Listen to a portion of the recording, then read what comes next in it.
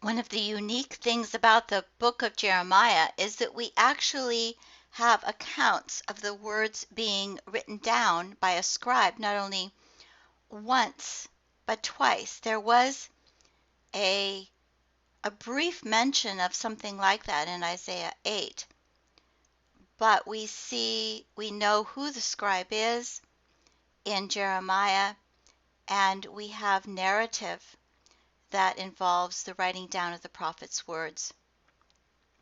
The scribe, of course, is Baruch, and he writes the words down that Jeremiah speaks and delivers them to the king's court. Now, what this shows us is that primarily in its origin, the prophetic oracle would have been spoken.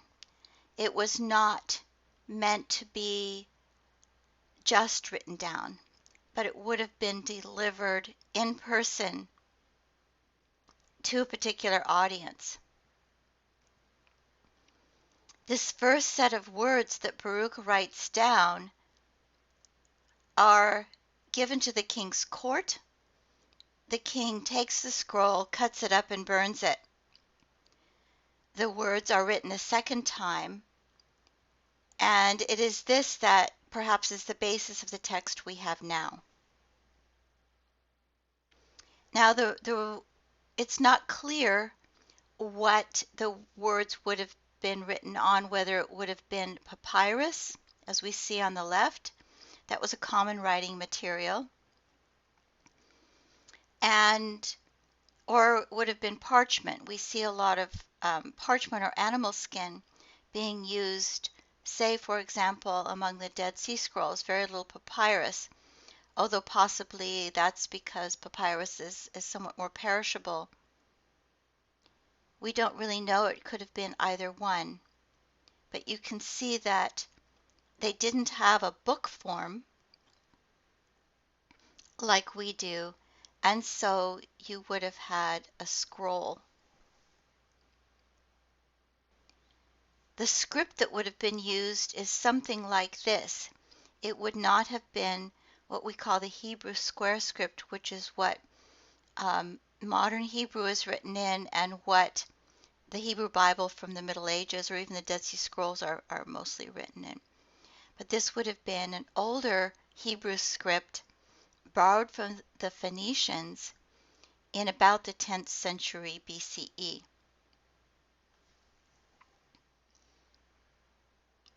In chapter 36, in the 4th year of King Jehoiakim, the Lord instructs Jeremiah to write down everything that the Lord has told him from the first day that he spoke to him until today. So Jeremiah calls Baruch, and Baruch writes on a scroll at Jeremiah's dictation all the words that the Lord had spoken to him. Jeremiah then instructs Baruch to go and read them aloud before the people, because Jeremiah himself is barred from going into the house of the Lord. And the purpose is so that the people will repent, and perhaps they will be spared disaster. The officials hear that Baruch is reading these words of Jeremiah before the people, and so they invite Baruch to come and read them to him. And they ask him, was it at Jeremiah's dictation that you wrote down all these? And he said, yes, he dictated all these words to me, and I wrote them with ink on the scroll. But the people are extremely alarmed. And so they bring the scroll to the king.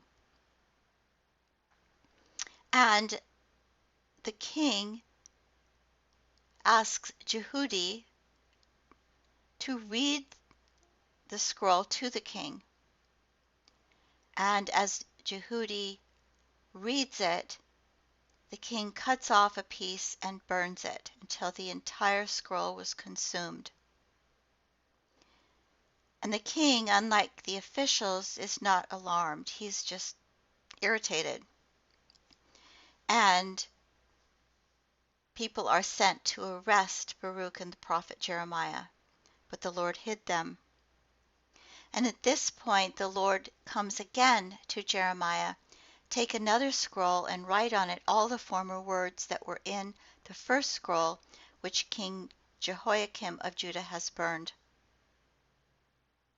And because he has burned, there will be disaster.